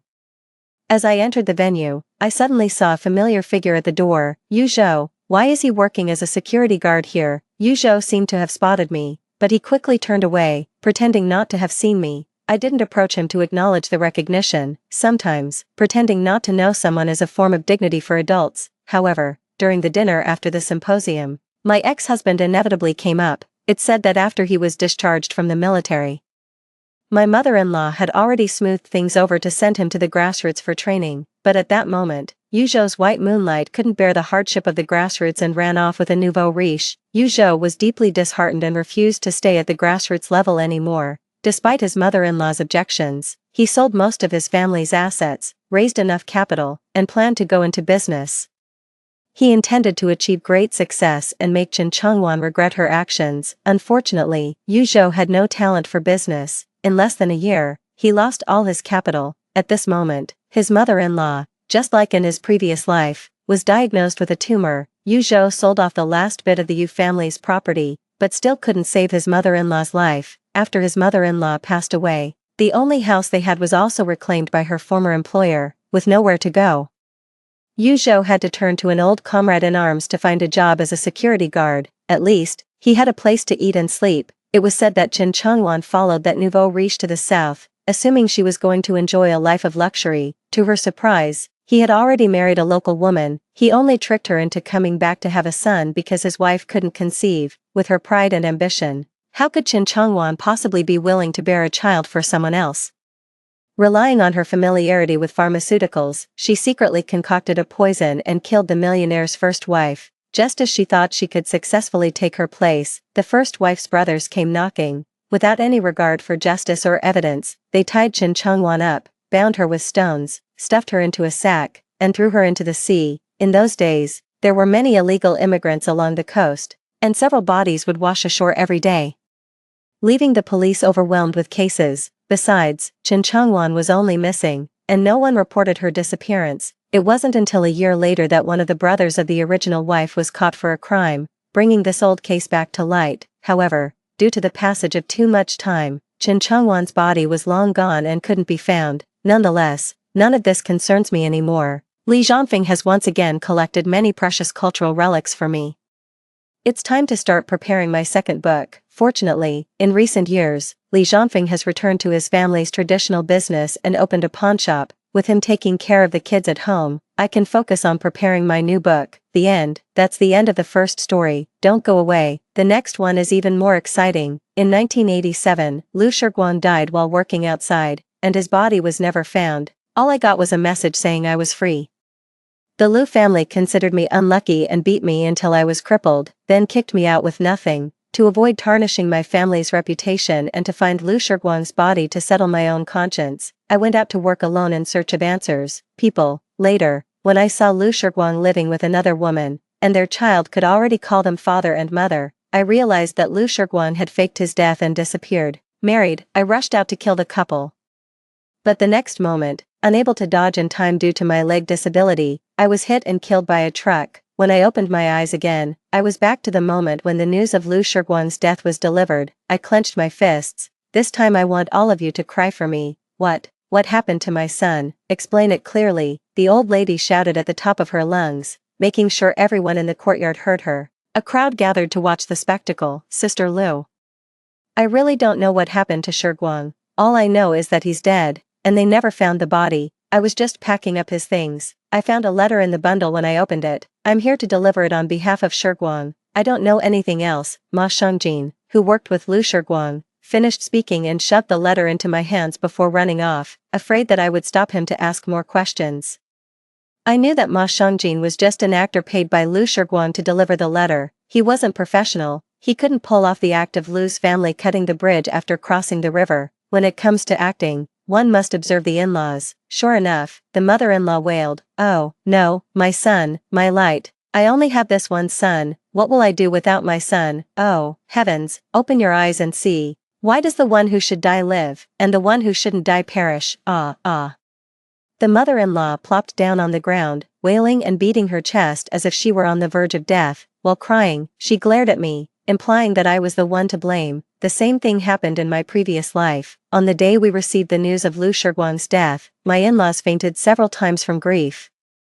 And no one could console them. I still believed the mother-in-law and father-in-law were truly heartbroken. Because Lu Shiguang had 3 older sisters, he was the only son in the family. Losing Lu Shiguang was like the sky falling for the elderly couple, so they cursed me, calling me an ill omen, saying I had killed their only son, and I endured it. My mother-in-law hit me with a shovel, breaking my leg and telling me to die, but I endured, because I understand the pain of losing a loved one.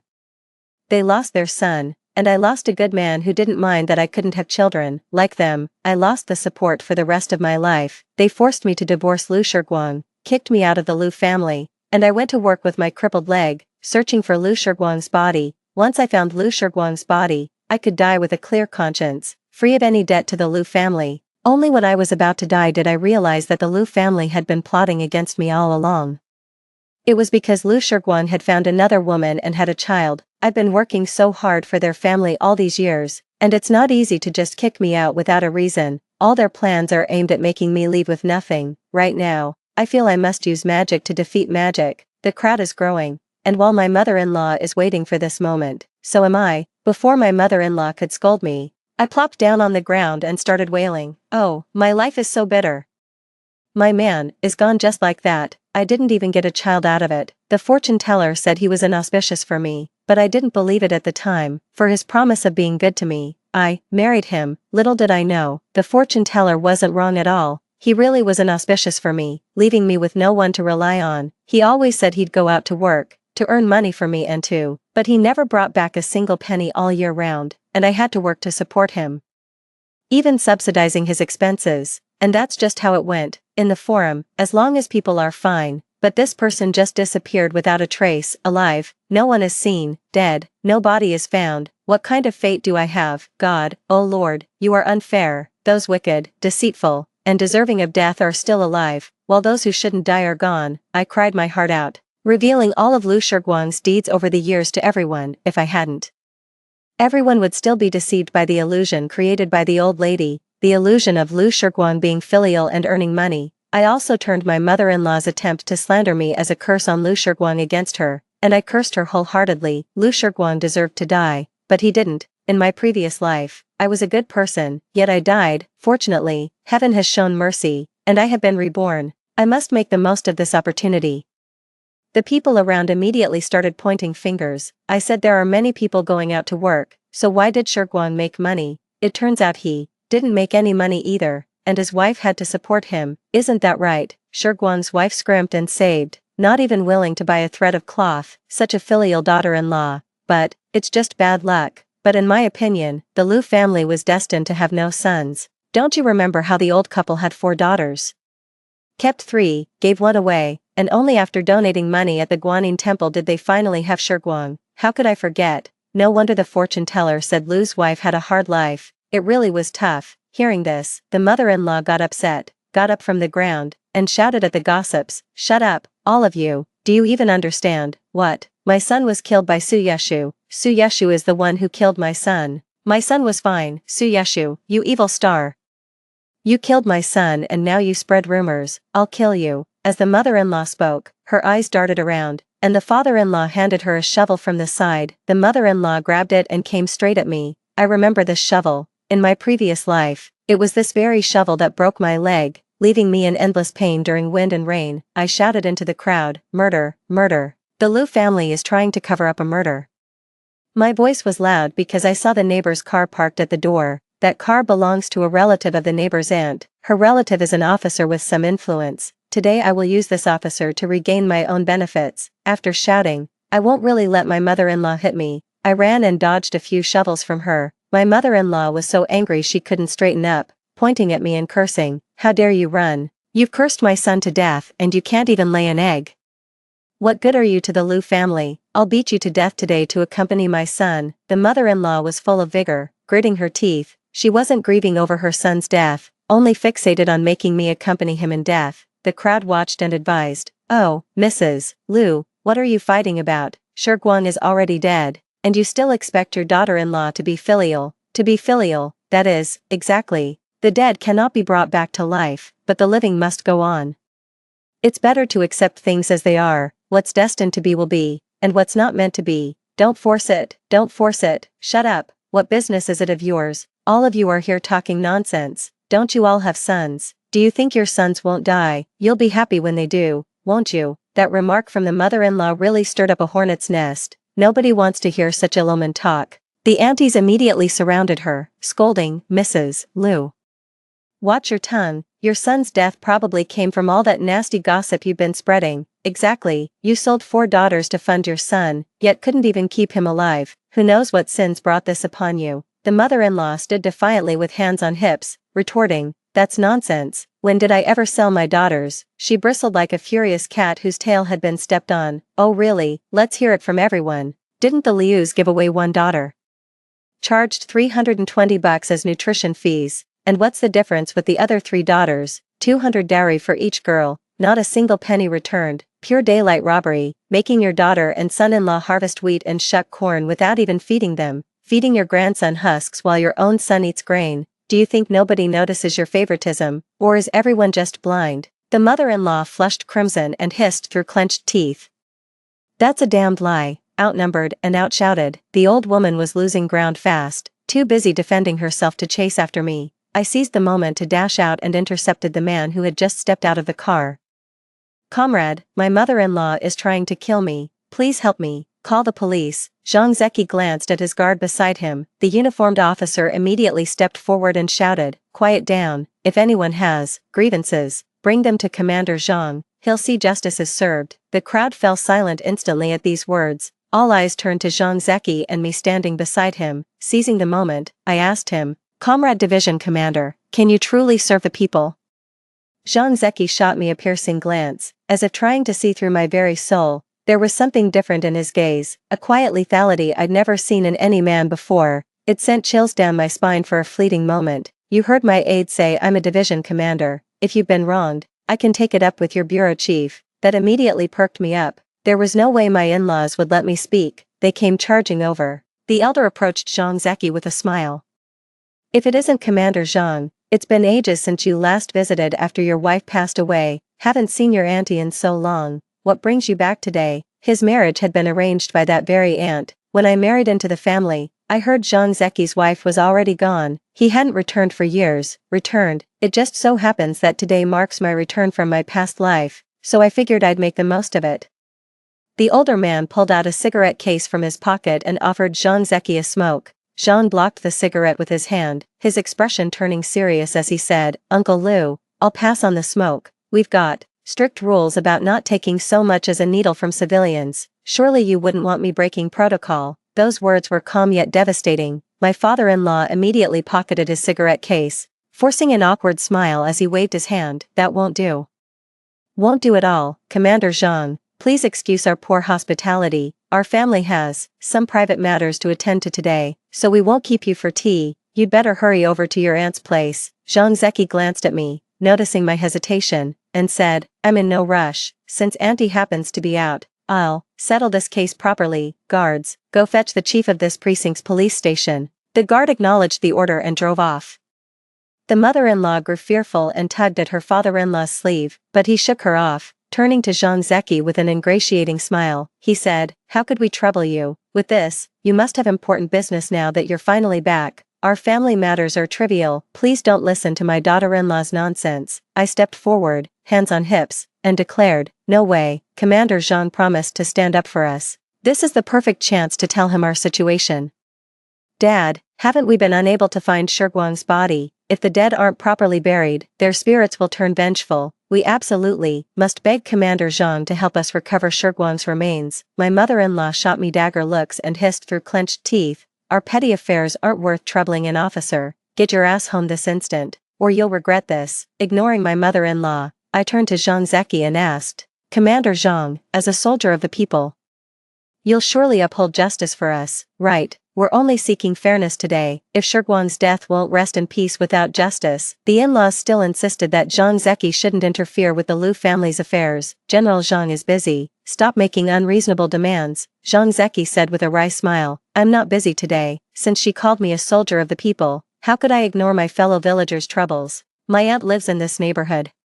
Such incidents must be distressing for elders like her. Don't worry, Uncle Lu. I'll help you get justice for Shurguang, and make things right. The in-laws, their faces looked like they'd swallowed something vile. Meanwhile, I secretly relished the moment. When people noticed Zhang Zeki's intervention, they assumed it was just for appearances. Everyone chimed in. Commander Zhang has such a kind heart. Going out of his way to stand up for your Lu family, shouldn't you thank him? Exactly. Commander Zhang is a truly upright official. You're so fortunate he happened to return. Hurry up and thank Commander Zhang, the old man said stiffly. Thank you, Commander Zhang, don't mention it, it's my duty. Parents-in-law. I ushered Zhang Zeki inside, and immediately a crowd gathered outside the door that simply wouldn't disperse no matter what. I took out the letter and handed it to Zhang Zeki, saying, Commander Zhang, this is Lu Shurguang's letter. Ma Shangjing claims it's his final testament, but I can't make sense of it. Could you take a look? My in-laws turned pale with fright, wanting to snatch back the letter but lacking the courage. They could only glare at me. With deep hurt in my voice, I protested. Mom, Dad, why are you glaring at me? I'm only trying to get justice for Shurguang. If we don't let Commander Zhang see this, when will we ever recover Shurguang's body to give him a proper burial? Finally losing her composure, mother-in-law hissed through clenched teeth. You actually want Shurguang dead, don't you? With feigned innocence, I said, Mom, you're overthinking this. Shurguang was my husband. He never held my infertility against me. Why would I ever want him dead? Besides, isn't he already gone? How can you accuse me of wishing his death? Mom, this is slander, pure character assassination. Mother-in-law. Zhang Zeki glanced at me, amusement flickering in his eyes. Me, what's so funny about this? Did he see through my act? No way. Of course I want Lu Shurguang dead now, to avenge my murder in the previous life. You, my mother-in-law raised her hand to strike me, but Zhang Zeki slammed his palm on the table. Her hand jerked back instinctively as she quickly retreated to a corner. The room fell so silent you could hear a pin drop. My father-in-law reluctantly took his seat and gestured for his wife to pour them tea. Commander Zhang, you've read the letter. What did Shurguang say? Zhang Zeki said with a strange expression. Read the letter yourselves first, we'll talk after. When handed the letter, I merely skimmed it, clenched my jaw tightly, and suppressed the hatred in my eyes. In my past life, I held on to this letter for years, reading it daily until I could recite every word, punctuation perfect. I'd been wondering why Lu Shurguang wrote that letter. Did he have some premonition of his impending death, fearing his parents would make life hard for me after he's gone? So he left a posthumous divorce note. Only when I saw him with his mistress did I realize Lu Shurguang had long since fallen out of love. All his kindness was just him using me. He wasn't worried about his parents giving me a hard time. He just wanted a free ride in this marriage. His parents clearly knew the letter's contents beforehand. Reading it with practiced calm, the mother-in-law studied the letter to summon her emotions, finally squeezing out crocodile tears. Oh, that wretched soul. Shurguang's had such a hard life. His father and I had no connections. He had to fight his own battles. Commander Zhang, what's a man to strive for in this world if not an heir? But Su Yesha can't bear children. Shurguang's heart ached with bitterness. So he went out to drown his sorrows. That's probably what led to the accident. Shurguang clearly died with resentment in his heart, leaving this letter behind. Today I beg you to rule, grant Shurguang and Su Yesha a divorce. Those words aligned perfectly with my own thoughts. Zhang Zeki looked at me and asked, Comrade Su, what are your thoughts? Biting my lip with reddened eyes, I said, Commander Zhang, Shurguang treated me well when he was alive. I swore to stay by his side forever. But now he died under suspicious circumstances. How can I accept being dismissed with just a letter? What if it's the murderer's scheme? How could I ever rest? This insults my devotion to Shurguang. I'll agree to divorce, but only after seeing his body. As his widow, I must observe 3 years of mourning at his graveside before ending our marriage, provided they can find Lu Shurguang's body. The in-laws panicked. Of course they couldn't locate Lu Shurguang's remains without Zhang Zeki around.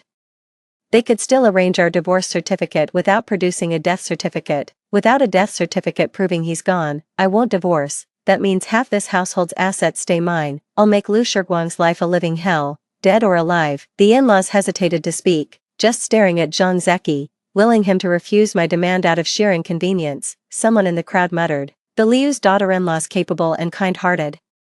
What rotten luck marrying a doomed man. Still, she's got principles, damn it. Even after Shiguang's death we're expected to observe 3 years of mourning. Division Commander Zhang must help recover his remains, or this cold-hearted treatment will break people's spirits. Exactly, what's wrong with being childless? Having the Liu family's daughter-in-law is practically like gaining an extra daughter. The in-laws' expressions grew increasingly grim until the police chief arrived. He shook Zhang Zeki's hand enthusiastically. Ah, Division Commander Zhang, what an honor. We've been hearing about the rising star from our region. I've long wanted to pay you a visit, but never found the right opportunity. The bureau chief certainly knows how to seize an opportunity, but I won't let him have this chance. Director Song, General Zhang's presence here means he stands with me. Though I understand this matter doesn't actually concern General Zhang, sir. I beg you, as the police chief, to deliver justice for my Shiguang. My poor boy died without leaving a body behind. How can I possibly eat or sleep with this grief? My sobbing made further conversation impossible for the chief. A glimmer of interest flashed in Zhang Zeki's eyes. The chief's face darkened with embarrassment. He shot a glare at the elderly couple and snapped, "Explain yourselves, what really happened here?" My mother-in-law kept lying through her teeth, spinning this tale. This letter was brought back by Meijin, saying Shiguang died abroad. It contained Shiguang's final wishes. His father and I just want to fulfill his last request to divorce Su Yeshu. That woman's nothing but a jinx. Our Liu family wants nothing to do with her. I sobbed. Mom, how can you say such heartless things? Everyone knows how well I've treated you, Dad, and Shiguang all along. It's plain as day. I'm starting to think you're scheming to make Shiguang divorce me so he can marry someone fertile, yet you refuse to offer me any compensation. How dare you spout such nonsense? My father-in-law snapped sharply at me. Undeterred, I pressed on. Unless I see Liu Shiguang's corpse with my own eyes, he's just hiding from me, trying to divorce me and force me out penniless. Mom, Dad, is Shiguang really dead? Are you absolutely certain? My in-laws exchanged nervous glances. Convinced I'd caught on to something. What parent would falsely declare their own son dead? You're the curse that killed Shiguang. This family wants nothing to do with you. Pack your bags and get out. Get the hell out. My mother-in-law moved to shove me. Zhang Zeki suddenly stood up and pulled me aside, saying coldly to her, "Auntie, you're being too hasty. We haven't even figured out the whole situation yet, and you're already jumping to conclusions. That's not how the party operates. The party always demands we act based on evidence. Comrade Su's request isn't unreasonable. That's going too far." The in-laws were left speechless, only huffing and puffing in anger. I felt somewhat relieved and was truly grateful for Zhang Zeki's help. The bureau chief sent someone to fetch Ma Shangjin for questioning, ironically named Striving Forward but actually spineless and lacking ambition. Zhang Zeki's guard had already given him a verbal warning before bringing him in.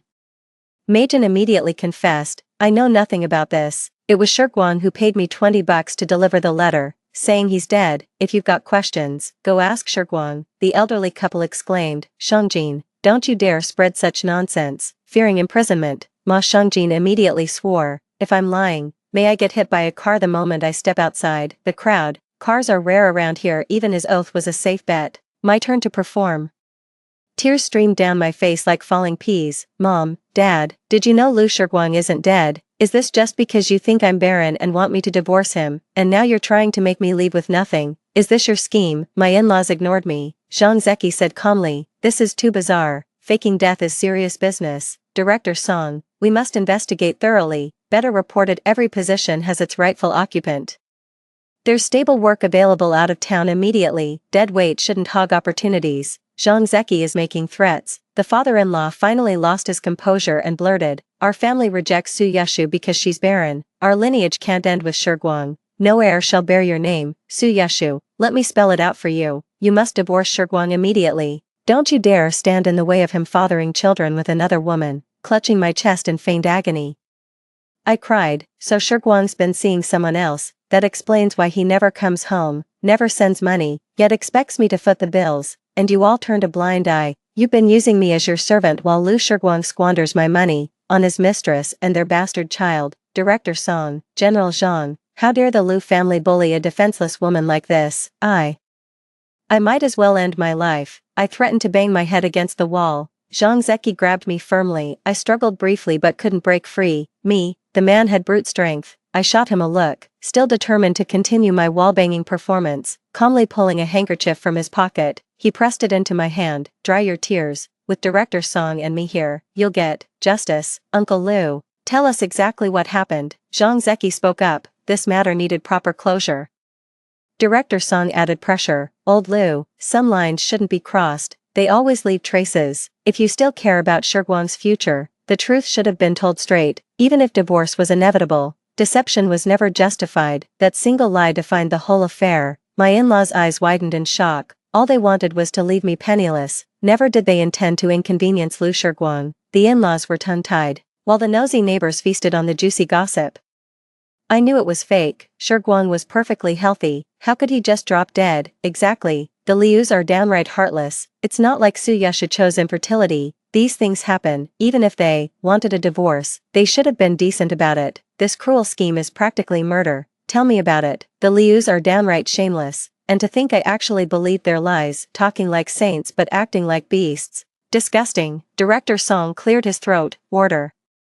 Order. The crowd fell silent. The in-laws' eyes were red with emotion. The father-in-law could only say, Su Yasha's infertility is an undeniable deal-breaker. Even if my son finds another woman, Su Yasha couldn't keep her man. That's her own failing. Since they're incompatible, divorce is only natural. Don't you agree? Director Song. He didn't dare ask Zhang Zeki. I dare only ask Director Song, as I believe Director Song would prefer not to escalate the matter. After all, it would not reflect well if news of this incident were to spread in the area under Director Song's jurisdiction. Such an absurd situation would be embarrassing for him. Indeed, Director Song hesitated. Zhang Zeku was still beside me. I grabbed his handkerchief and blew my nose forcefully. Zhang Zeku's eyes twitched, jumped a bit. Director Song, the Liu family wants me dead. They've ruined my reputation and left me with nothing. Even in ancient times, divorced women could reclaim their dowries. Besides, the Lius are clearly in the wrong here. If not for General Zhang's intervention today, I'd have been wronged to death. General Zhang, Director Song, you must deliver justice for me. I won't let Director Song brush me off so easily. The Liu family won't get off scot-free either. My in-laws pointed at me and screamed, Su Yashu, you barren woman. Any decent person would have killed themselves by now. Our Shiguang is the family's only heir. How could we possibly keep a barren wife?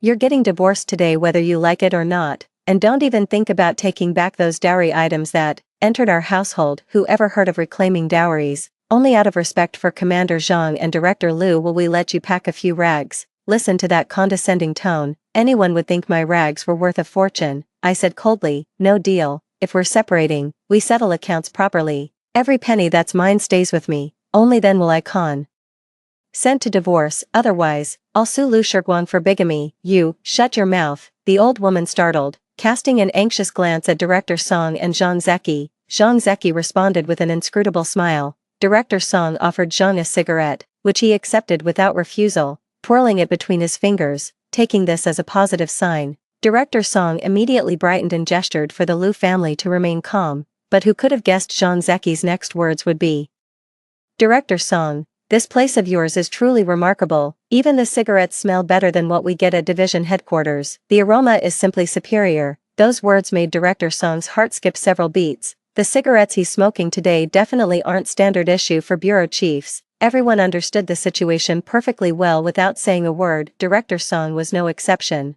fully aware Zhang Zeki intended to intervene today, though the reason remained unclear. Director Song flashed an ingratiating smile. Sensing he held the upper hand in this matter, he decided to do Zhang Zeki this favor as a courtesy. Forgive my impropriety, Division Commander Zhang. Rest assured, I won't let an innocent person suffer unjustly. As for Liu, Director Song glared at the elderly man, who immediately blurted out, Lu Laozhen, your family matter has even drawn Division Commander Zhang's attention. This requires proper resolution.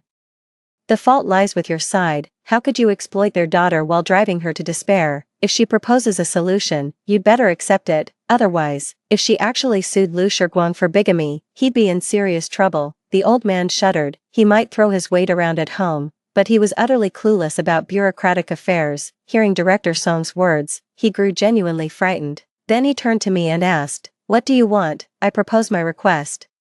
Since the dowry items I brought are all in your possession, please convert them into money and return it to me, along with the compensation for the past few years. Give me 1,000 yuan. and I'll get a divorce certificate with Lu Shiguang. $1,000. Why don't you just rob a bank? You couldn't even get that much if you tried to rob one. Mother-in-law cracked first. Zhang Zeki and director Song frowned. The father-in-law immediately signaled his wife to be quiet. $1,000. Fine, as long as you agree to divorce, you'll get the money after we're done. Does he think he's clever, or does he take me for a fool? No deal. Pay today, marriage license today, no payment today. I'm filing charges against Lu Shiguang today. If I don't get the money today, once Zhang Zeki leaves, I won't see a single cent. Don't spout nonsense. Shiguang has no other women. How could he commit bigamy? Your lawsuit would be pointless. Lu Shiguang already has a child with that woman. They just never registered their marriage, keeping it all hush-hush. He thinks I can't find evidence, but what if? Those with nothing to lose fear nothing. I bet he won't dare confront me, not a single cent less than 1,000. Just as geese leave their cries and men leave their marks, I trust the party and the bureau chief will give me justice. The old man was genuinely frantic, so he could only signal his wife with his eyes to fetch the money. I know they've got money. Lu Shiguang refuses to give me any, but would he dare withhold from his own parents? The whole family conspired to profit from my suffering.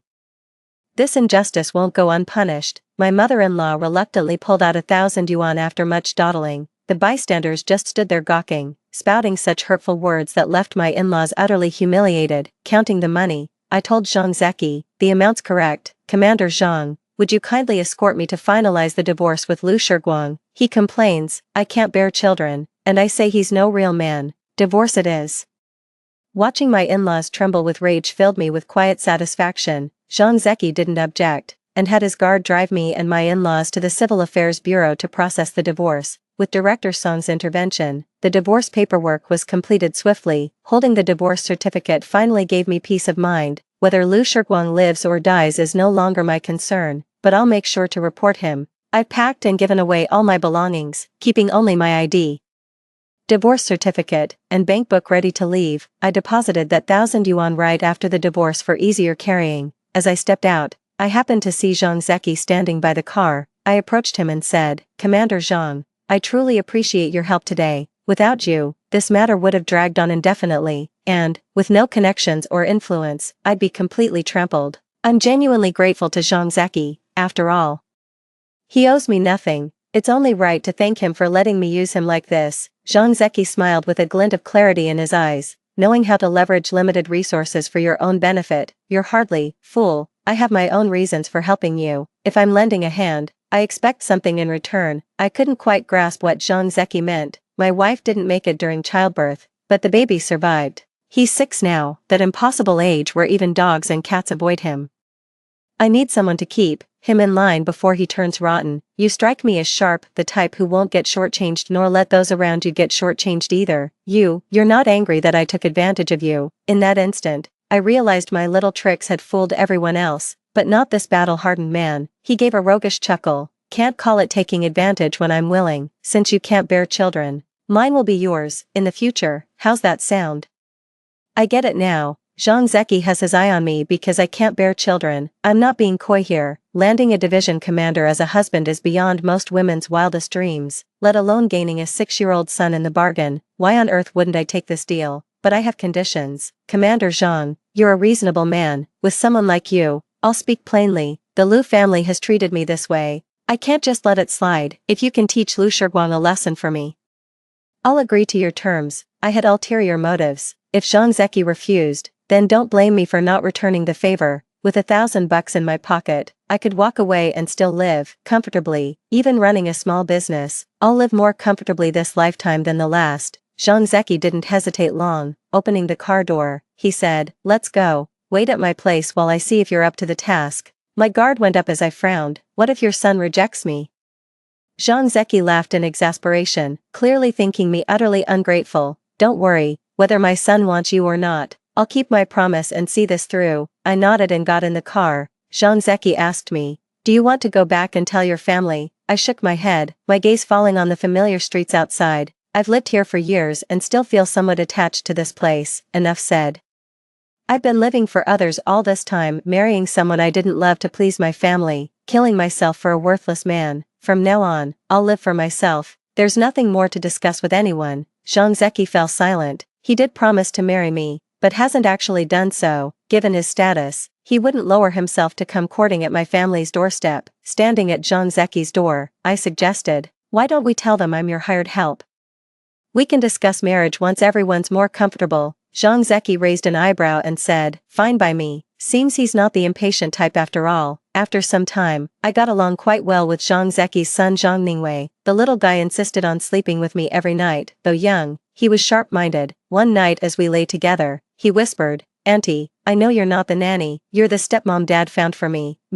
If you're uncomfortable with this, you can talk to your dad, tell him to just treat me as the housekeeper if that's better." I'm actually hesitating a bit. Zhang Ningwei seems like a good kid. If he's truly against Zhang Zeki remarrying, I don't necessarily have to go through with this marriage. Pay me properly, and I'll treat serving Zhang Ningwei as a career, not unpaid maid work. Zhang Ningwei shook his head. "This would damage your reputation. My father's a responsible man. Bringing you home means he genuinely accepts you." "Auntie, I'm not petty. My past anger toward Dad came from those women with ulterior motives who buttered me up just to steal his affection and make him abandon me. I see through it all. But lately I've realized you only like my dad because you want a family. That's why I like you. At least you're not fake. Thanks for seeing right through me with such clarity. Now you're making me doubt my acting skills. Would you mind if I married your dad, between you and me? I've really wanted a mom. My dad's always busy. It's just been me and Grandma at home, but Grandma passed away last year. Dad hired several young nannies to look after me, but they were all clearly after him either for his looks, or his money. Quite the glowing review of your own father. So you think I'm not after anything? I want money too, and I'm attracted to your dad's looks." My face burned crimson as I forced the words out. "Zhang Zeki is quite good looking." Zhang Ningwei hummed in agreement. "Auntie, I get it. A woman should always have her reasons. You're so much younger than my dad, and Dad says your cooking reminds him of Mom's. I can tell he's smitten, so go for him. He'd be delighted. When he's happy, I'm happy too. I like you as well. And you two could even give me a baby sister. That's what I really want, my own little sister. This kid just melts my heart. Zhang Zeki is truly blessed. Come to think of it, if I married Zhang Zeki, Zhang Ningwei would be my son." Well, that could work. Zhang Ningwei and I slept soundly through the night. Early next morning, Zhang Zeki returned saying he'd made progress with his task, and had his guard escort me to see. It was at the police station that I met Lu Shiguang. He hung his head low, looking utterly terrified, the moment he saw me. His face instantly became guarded. "You took the money, so why are you still reporting me?" "I didn't commit bigamy. I just wanted a son with a woman of ill repute. Do you even realize how serious this is?" The guard almost burst out laughing. Lu Shiguang immediately shut his mouth. I looked at Lu Shiguang, my emotions long since settled. This man wasn't worth anything I'd given him. "I'm taking back everything I gave. Lu Shiguang, if you want a divorce, just say it. I won't cling to you. But what your family's doing is leaving me no way out. Even a cornered rabbit will bite. If I sink my teeth into you, you brought it on yourselves. Sobbing I'm begging you. I'm already locked up because of solicitation. What more do you want from me? I never wronged you before. I just wanted a child. I admit my family went too far, but I don't regret it. It was all for old Lu's legacy. There's still someone left at home." The guard hesitated to speak further, so I stood up and left. I came to see Lu Shiguang this time simply to say goodbye. Having lost his job and all dignity, life won't come easy for him from now on. The guard escorted me home, and I noticed Zhang Zeki hadn't left. He greeted me saying, "Today's auspicious. Let's go get our marriage license." I nodded in agreement. I, Su Yeshu, deserved to live my best life too. Married life was peaceful. Except Zhang Zeki turned out to be quite clingy. I thought all men were as feeble as Lu Shiguang. But Zhang Zeki proved me wrong. I started worrying our bed might not hold up. Apparently Zhang shared my concern. He replaced it with a sturdier one, leaving me teased by the neighbors for days. Zhang Ningwei and I got along great, so we took the kids home during summer break. Never expected to feel nauseous during dinner though. When Mom asked about my period, I realized it had been 2 months. I'd stopped tracking my cycle years ago after being told I couldn't conceive. Her comment made me get checked. Turns out I'm pregnant. I was completely stunned. My mother cried. "Heaven has finally shown mercy. Everyone said you couldn't conceive. This pregnancy is truly a miracle," the doctor said. "Nonsense about infertility. This young woman is in perfect health and at prime childbearing age." "Doctor, are you sure? My daughter was married before. They told her she'd never have children." My mother didn't believe it, and I had my doubts too, the doctor said. I can't speak to other matters, but the female patient is in excellent health, as is the baby. I'd recommend follow-up visits. My mother dragged me outside and spat angrily. It must be Lu Shiguang who's infertile, and he dared to slander you. That whole Lu family is rotten. That woman he married, who knows if that child she brought along is even his. My mother came home beaming with joy, handing out celebratory candies to the neighbors while announcing my pregnancy. The news quickly reached the Lu household. After his release from prison, Lu Shiguang became completely listless, refusing to work while the woman he was with berated him daily. When Lu Shiguang heard about my pregnancy, he couldn't believe it and rushed over to see me. I was taking Zhang Ningwei to buy goldfish. He tugged at me begging for a baby sister, and I agreed with a smile. Lu Shiguang stared at my belly in shock. I said calmly, "The doctor confirmed I'm fertile and perfectly healthy. The infertility issue lies with you, Lu Shiguang." Later, Zhang Zeki drove back himself and took me and Zhang Ningwei home. I'm at a loss for how to explain this. After all, Zhang Zeki sought me out originally because I couldn't conceive. After Zhang Ningwei fell asleep that night, I decided to have a talk with Zhang Zeki. "Zhang Zeki, if you don't want this child, I won't force you. Let's get divorced." I knew military regulations prohibited service members from having a second child.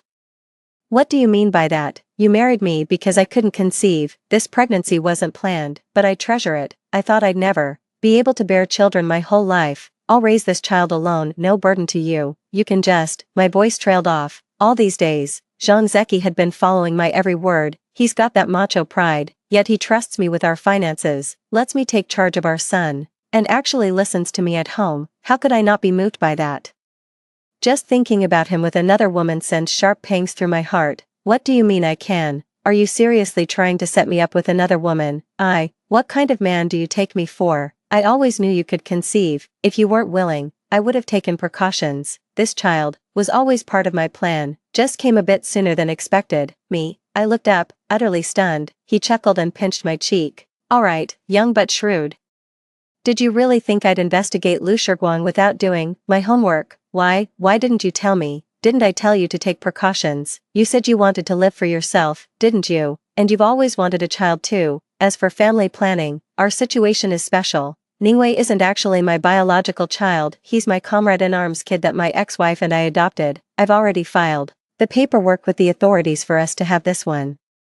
Don't you worry about a thing." I immediately felt relieved. I truly want to keep this baby. Later, when Zhang Qiqi turned 3 and started kindergarten, through my own hard work and Zhang Zeki's connections, I secured a stable job. Zhang Ningwei adored his little sister, rushing to pick her up from kindergarten every day after school. I can handle 2 kids at once. Zhang Zeki got a vasectomy before I gave birth. Our family's living in perfect harmony now. I ran into Lu Shiguang while out with the kids. He seemed to be looking for me specifically. I heard he divorced his second wife because, according to my mom, the kid wasn't even his. Serves him right. Karma's a bitch. Without another glance at Lu Shiguang, I got on my bike with the child and rode off. I hadn't gone far when a deafening crash erupted behind me. Someone shouted there'd been a car accident. Turning back, I realized Lu Shiguang had vanished.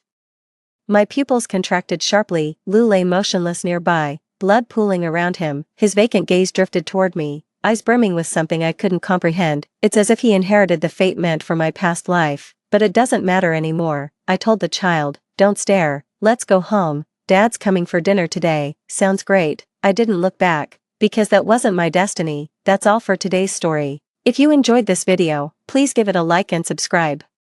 Feel free to share your suggestions in the comments below. See you in the next video.